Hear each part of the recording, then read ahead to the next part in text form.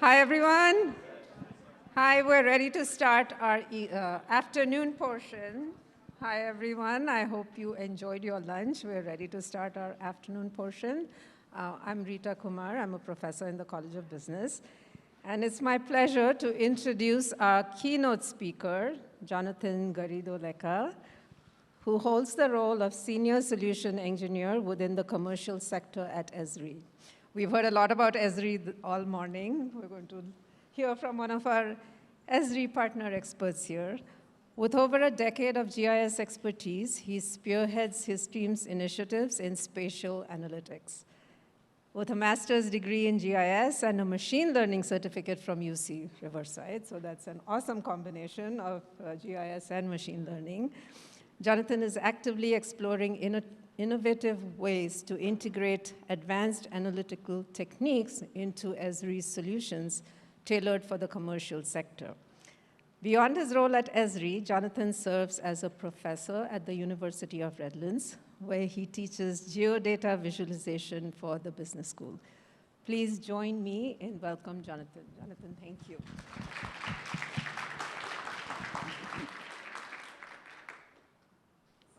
Thank you, Rita. Well, good afternoon. As Rita mentioned, I am Jonathan Garrido-Lecca, and I have the privilege and honor to be the keynote speaker for this wonderful day, GIS Day. This is a topic that is a passion for me. I love GIS, I breathe GIS, so that's what I do every single day at work. I am from Peru. How many of you have been to South America? Can you raise your hand? Okay, wow. Some of you have been to South America. That's awesome. Well, Peru is in South America.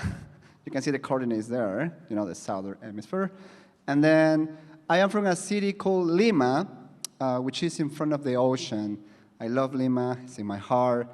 I was raised in a house that was super close to the ocean, so when I was little, I was wake up in the early morning and just go and swimming.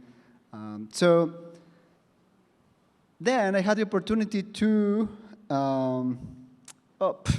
skip a slide. I came to this country, I fell in love with the country, but also I fell in love with Lauren, who is my wife. And for that, God bless America, seriously. Yeah. It was one of the best decisions and easiest decisions I have ever made. And then I got a job at Esri. How many of you are familiar with Esri? Can you raise your hand too? Okay, there's a good number here. I used to joke with many of my colleagues. I work for the commercial industry in my company, so I normally interact with retail organizations and banking organizations who don't have any idea of what GIS is. And we used to joke, you know, in my division, saying that we are the biggest location analytic company in the world that you have never heard of. I mean, most of the time we say, have you ever used Google Maps? Okay, so imagine that, but with more layers, right? So jokes aside, we are the company that creates the maps that run most of the biggest organizations you can imagine, from Starbucks to Bank of America, from NOAA, CDC, NASA. All of those organizations use our technology to create the maps that are basically running this world. So I'm very happy to work there. But today I'm not here to talk about Esri.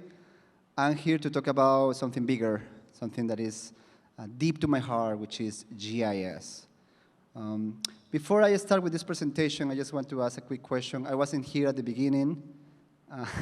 Some of you that were organizing this presentation were a little bit nervous because I wasn't here. But I'm here now.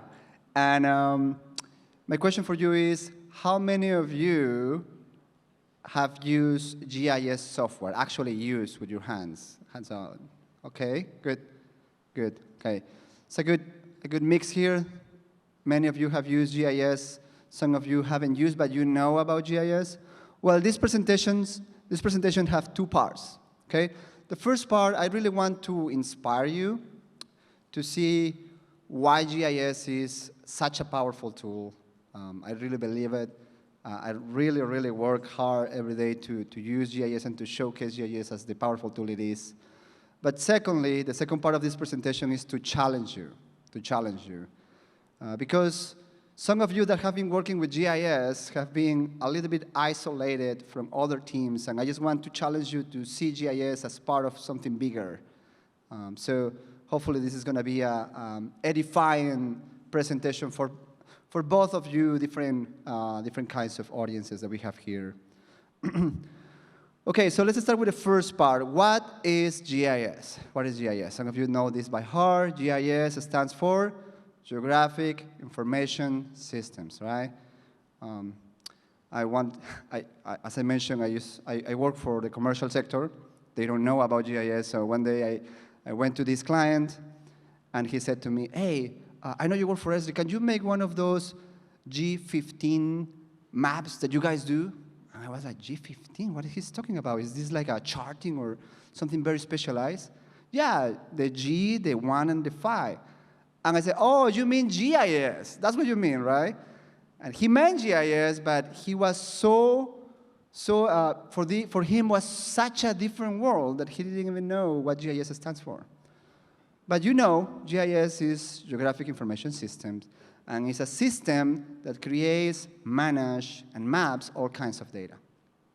Now, a different way that you can see GIS is as a system of systems. System of systems. So I really like what one of the presenters in the Q&A session said. GIS is a common language. Somebody said that GIS is a common language. I really like that expression because GIS can be seen as a system of record. What that means is that most of organizations, it doesn't matter what industry you are in, working in, most of these organizations are interacting with data that are living in different databases and are coming from different systems, CRMs, ERPs. There are so many acronyms out there for different systems.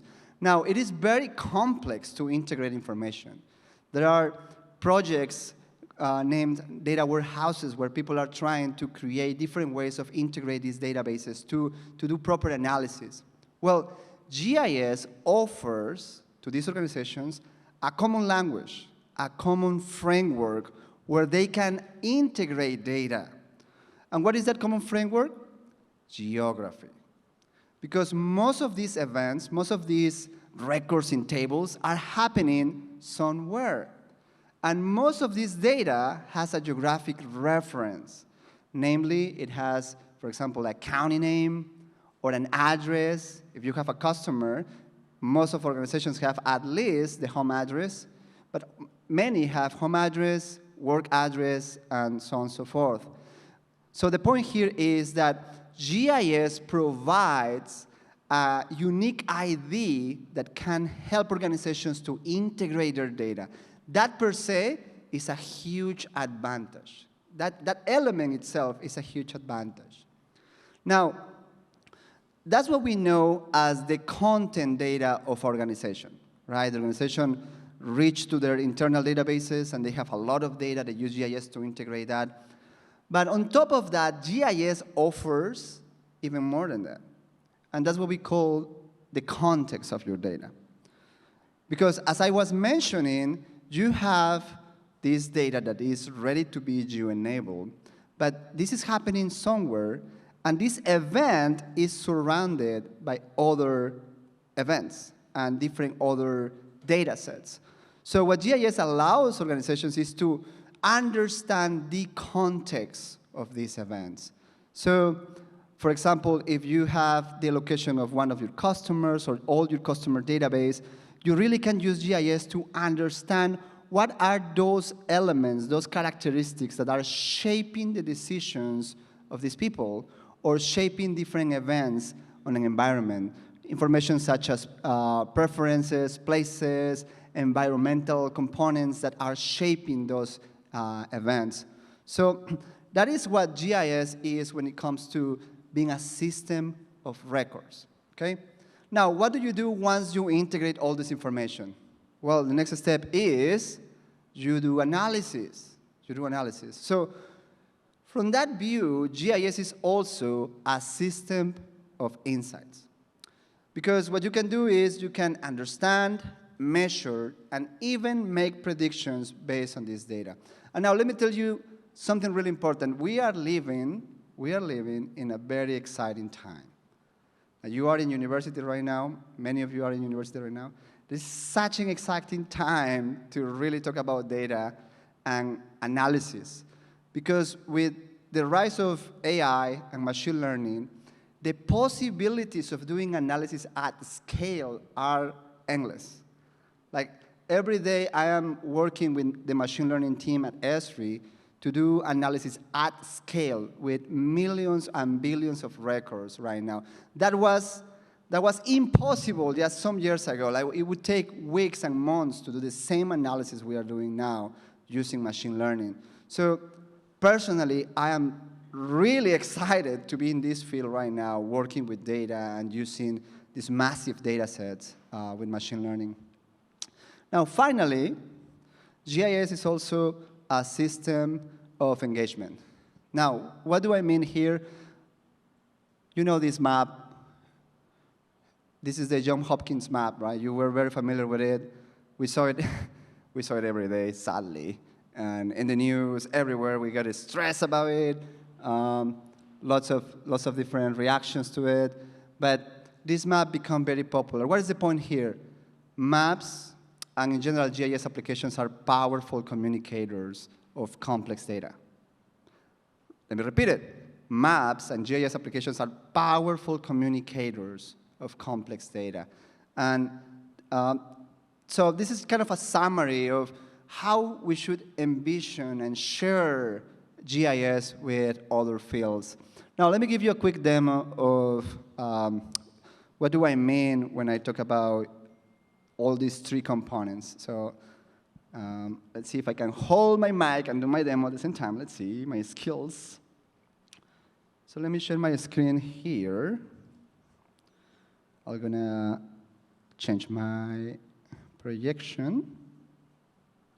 A projection configuration. You should be able to see my screen. Woohoo, perfect.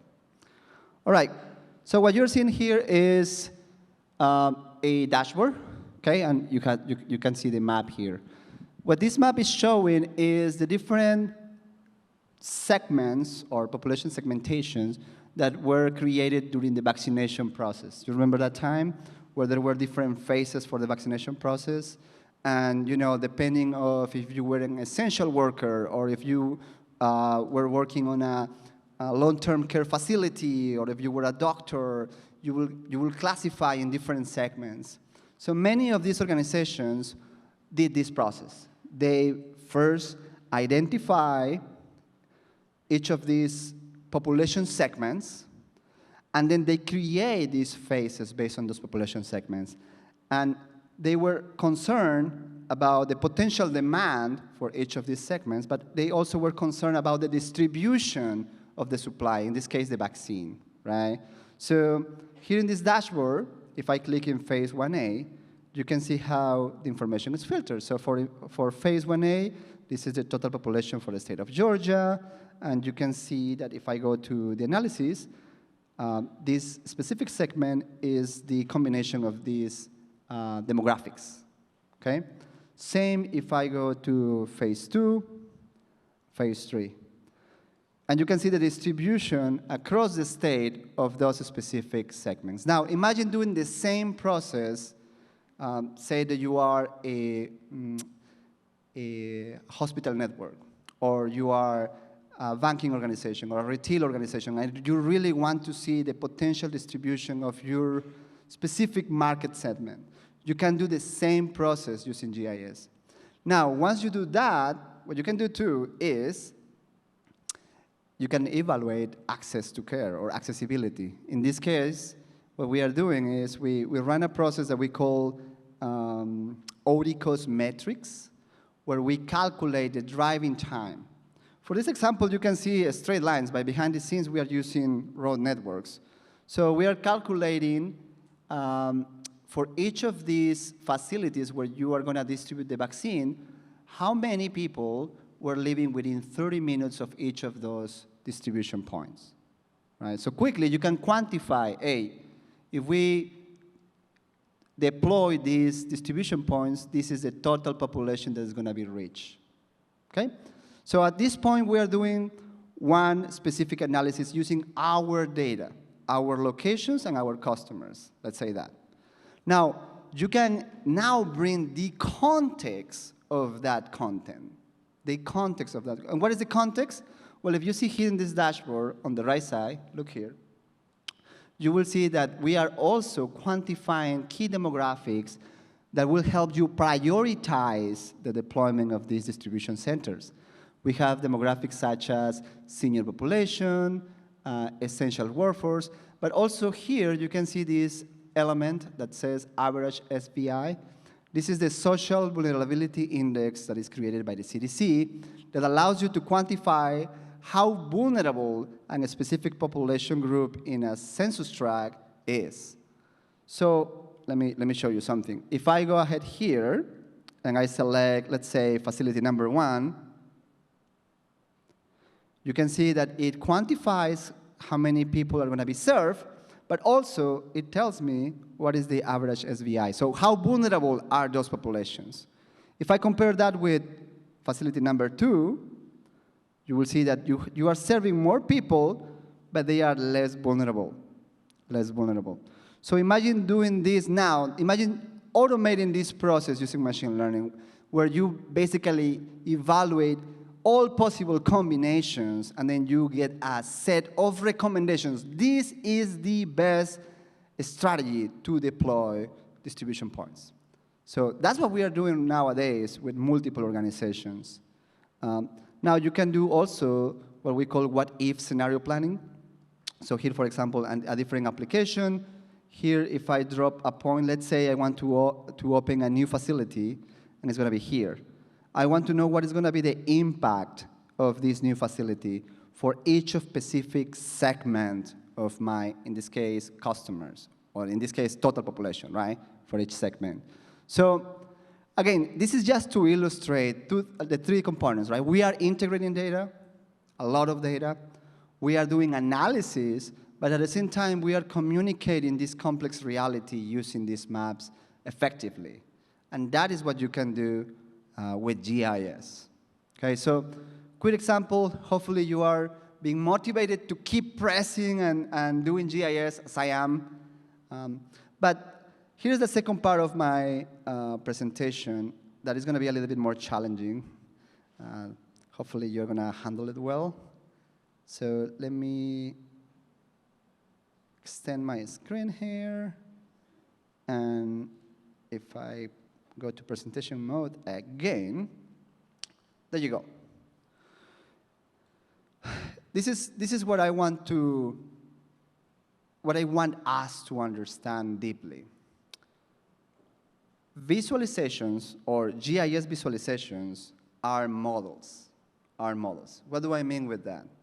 Well, what I mean is that when we create a map or when we create any kind of visualizations, what we are doing is we are capturing and we are abstracting a specific aspect of reality. Reality is too complex for our brain to capture every single aspect and process and get insights from it. So what we do normally is we capture an aspect of reality, we represent it in a way that can be digestible for our brains. That's what we do. Not only with GIS, we do that for in every single way that we represent information, basically. GIS is another way how we represent information. So what that means for us as GIS experts and data people is that we have, I would say, a twofold responsibility. First, we need to understand deeply how our brains work when it comes to data analysis and visualization. Like if you are creating maps and creating these posters, which, by the way, there are very cool posters there, a really good job, guys. But it is important for us to understand how the process, the communication process, the data communication process works. We need to understand both sides of the data communication process. So second, we need to be sure to create GIS products that are powerful. It's not like nowadays, there are so many different ways how you can create a map. Like, I just can go to, I don't know, Google or any software, piece of software that is out there and just put points on a map. Boom, I create a map. It's very simple.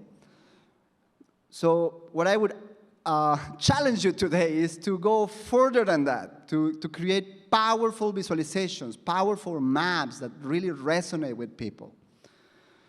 So what I would say is, after going through a lot of literature, I think I concluded that there are three main characteristics that define a powerful visualization. Let me repeat that. There are three main characteristics that define a powerful GIS visualization. And I need to give credit to Alberto Cairo here, who is a voice nowadays when it comes to data visualization. But here are the three characteristics, okay? First, powerful GIS visualizations are truthful. Second, they are functional. And finally, they are enlightening. So let me talk a little bit about each of these elements. Truthful. What do I mean when I say truthful? Well, this is related to having an accurate understanding of the aspect of reality that I want to represent, right? I need to put effort to try to understand as much as possible not only the event that I am trying to represent, but I need to understand the surrounding events, and I need to understand how people are understanding also this event.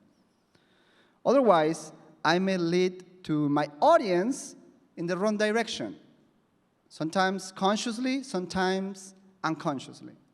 So let me give you a quick example here. You remember this map? And this is an example that was given by one of my colleagues, Kenneth Field.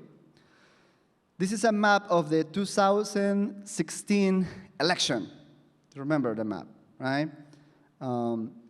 This map was circulating through the media. It's very famous. Now, the purpose of this map was to showcase the degree of the victory of one party over another, okay? In this case, it's very evident that there is a lot of red. So one may say, wow, this was a clear victory of the Republican Party. So the reddish the color, the higher the margin of victory of the Republican Party. The bluish the color, the higher the margin of victory of the Democratic Party, okay? Now, the question is this map truthful? Is this map truthful? Are we being truthful with this map? Well, regardless of your political preference, I would say that if I am him, I would say, yes, this map is truthful. And in fact, if I would be running for president, I would say, yes, this is my map, I like it. It's definitely true for me. But the question still remains. Is this map showing accurately how big was the victory of one party over another? Well, let's look at this other map. Let's take a look at this other map. It's a different map, right? It's using similar data. It's actually the same database, basically, but it's representing reality in a different way. And this map also circulated for a long time through the media. Now, this map is quantifying the number of votes, and is using a very common technique on GIS, is the proportional symbols, you know it. So in simple words, it's just showing the popular vote across the United States. Now, the perception of my brain changed drastically when I see this map, because now I see more blue when it comes to total number of votes. But the question still is the same. Is this map being truthful? Well, if your goal is to talk about popular vote, yes, this map is truthful. But if your goal is to showcase the difference between the victory over one party over another, maybe this map is not the best choice. Maybe what you need to do is to think through and really understand deeply how election works in the United States. I am not from the United States. I came from Peru. In my country, popular votes win the elections, right? Here is not that way. Here is different. You guys have electoral votes. And basically, if a candidate gets more than 270, that candidate wins the election. So if you're going to represent this event, this specific process, you really need to understand it and come up with a visualization that accurately represents it. Otherwise, you are misleading people. And this is a different technique on GIS that is called cartograms. Some of you are familiar with it. But basically, it's sizing each of the elements based on a specific value. In this case, electoral votes. Now, if you compare red and blue, you may see that the difference was not that big. There is a difference, but you are allowing the brain, your audience, to process that information in a more accurate way. And that's what I mean when I say we need to be truthful when we communicate with GIS. We really need to put effort in understanding these processes and do our best to communicate information accurately. So in summary, how can we be more truthful? Well, maybe we need to understand two things. Number one, we need to understand that encoding information is a science. It is a science. And we need to be very careful to do it rightly. But also, here's the thing. Some processes cannot be oversimplified. When you oversimplify a process, you may mislead people. And then you need to think carefully. You know, I know that our desire is to communicate effectively and really help people to understand things. But sometimes, if you simplify too much a process, you are falling into inaccuracy. You don't want that. And this is related to my other 2 points, because powerful visualizations that are truthful are functional. What the meaning of this is that we need to design maps and visualizations that people can consume and understand. And that's what I mean when I talk about visualization, how the brain decodes information. So let me give you an example. Look at this chart here. This was an experiment by 2 different scientists, Cleveland and McGill. They tested different charts and different visualizations with a lot of people, and they concluded that the human brain has different kinds of memories, right? You know that, long-term memory, quick memory. And there is a component that we call pre-attentive processing. So when you see symbols, without anybody saying anything, you are processing information even unconsciously. You see a stop sign, you see the red, whoa, right? Quickly you process that information. Why? Because your brain is designed to process these attributes, these pre-attentive attributes in a different way, in a faster way. Now, based on that, these guys came up and say, okay, let's do this experiment and let's find how people process different ways of encoding data. Now, you're familiar that you can encode data in bar charts, for example, using length, position, using direction. When you create maps, you always use, let's say, colors, right, or different shades, right, or size. The point is that if you are aiming for your audience to accurately make a difference between values, don't use colors. You are basically forcing people to process way more than they can actually do, and most of the time they're going to fail in that task of basically differentiate values. What you need to do is maybe a map is not enough. Maybe you need to help the map with other elements. Maybe you need to use other elements on top of the map to help people to process. Quick comment here. Angles are really hard for our brain to decode. Really hard. So sorry, whoever is using pie charts, don't use them. It's really hard to decode. And if you see a pie chart and I ask you, what is the difference between this slide and this slide in terms of percentages, I highly doubt that you're going to be able to say, oh, no, this is 25%, this is 14%, I'm sure. That doesn't happen, okay? What is my point here?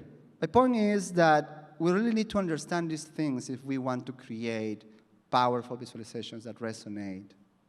Finally, we need to create visualizations that are insightful.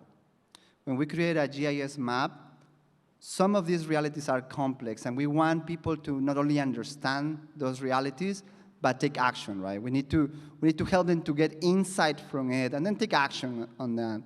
Now, this is really, really complex. Like any science is extremely complex to communicate complex realities to a lot of people. It's one of the most complex tasks ever. So what do? What can we do if we are trying to do that? Well, there is one recommendation I can give you: tell stories.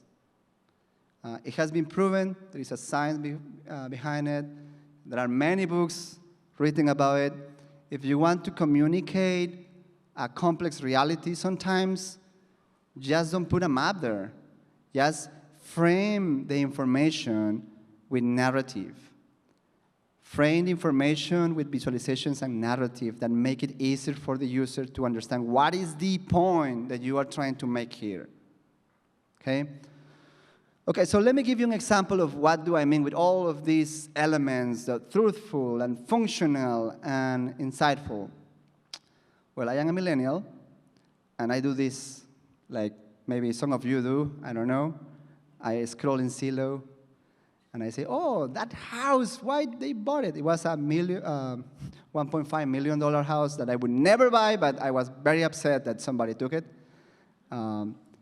But, I mean, that's the reality in California, right? Well, not only in California, honestly. Nowadays, it's everywhere. So what do I do?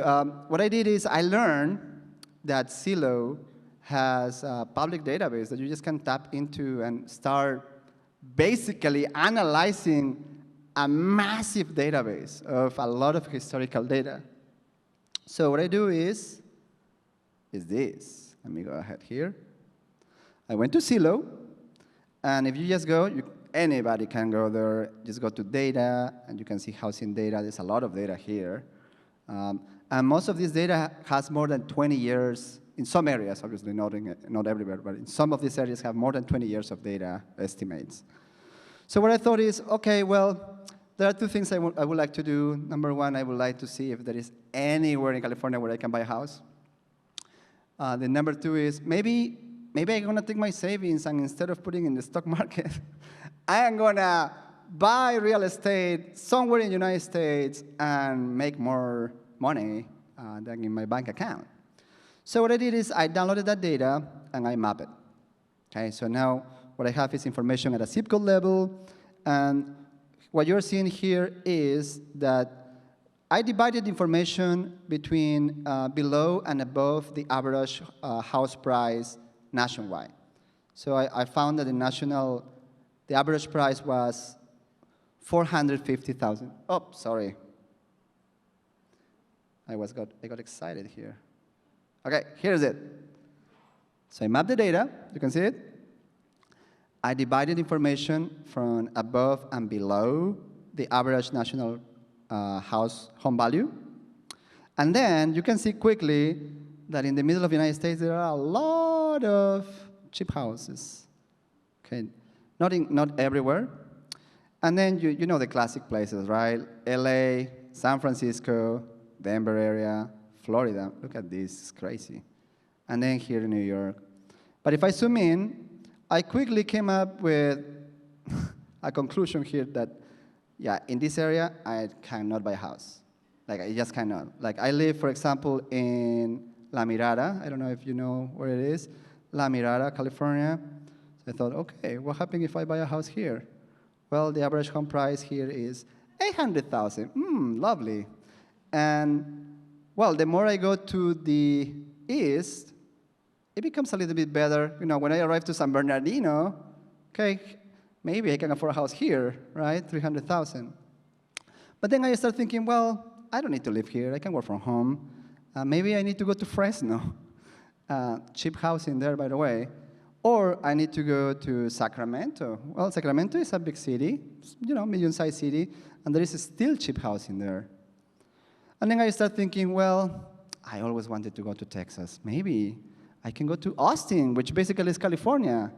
And I start thinking, oh, look at this. The east coast of Austin, the east side of Austin is super, super expensive. But the west side of Austin, here around the Valle, this is at zip code level, it's affordable. It's very affordable. Then I thought, well, now that I am thinking about Texas, what if I just start thinking about buying real estate? So what I thought is, and with this I'm going to finish, what I thought is, well, what I'm going to do is I'm going to take the same information over time, and I want to see where are those areas where if I invest now, I'm going to get a lot of money in 3 years. So what I did is I analyzed, the historical data, and then I came up with a map like this guy here at a county level, where basically I've just isolated in red those areas where I knew that there were more than 20% home value increase nationwide. So if whatever you see red, there are more than 20%. California is not going that fast. To my surprise, I was like, what? But if you go to North Carolina, I was like, whoa, what is happening here? Who is coming here that is doing this, right? I was like, maybe I can move here.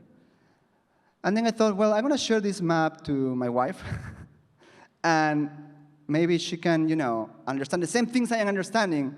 Ron, she didn't understand. I mean, she was scrambling. What do you mean? And so I thought, well, maybe it's my fault. I am not really communicating effectively here. So what I thought is, well, why I don't make this better? Why I don't add elements that make it simpler for anyone to understand where price is going up? So the point here is I am adding to color a quick symbol that makes it easy for a person to see, oh, North Carolina, Virginia, what is going on here, right? Now, I can make it even simpler than this and make it more understandable for anyone if I create like a visualization like this that quickly show, hey, here's where you can, invest, or here's where you can move quickly. Now, my point is this, guys, we really need to go further than just create maps. We really need to put effort to create visualizations that are truthful, functional, and that actually can tell a story, that can showcase complex realities like the roller coaster that we are living, in the housing market. So with that, thank you very much for your time. It was a pleasure.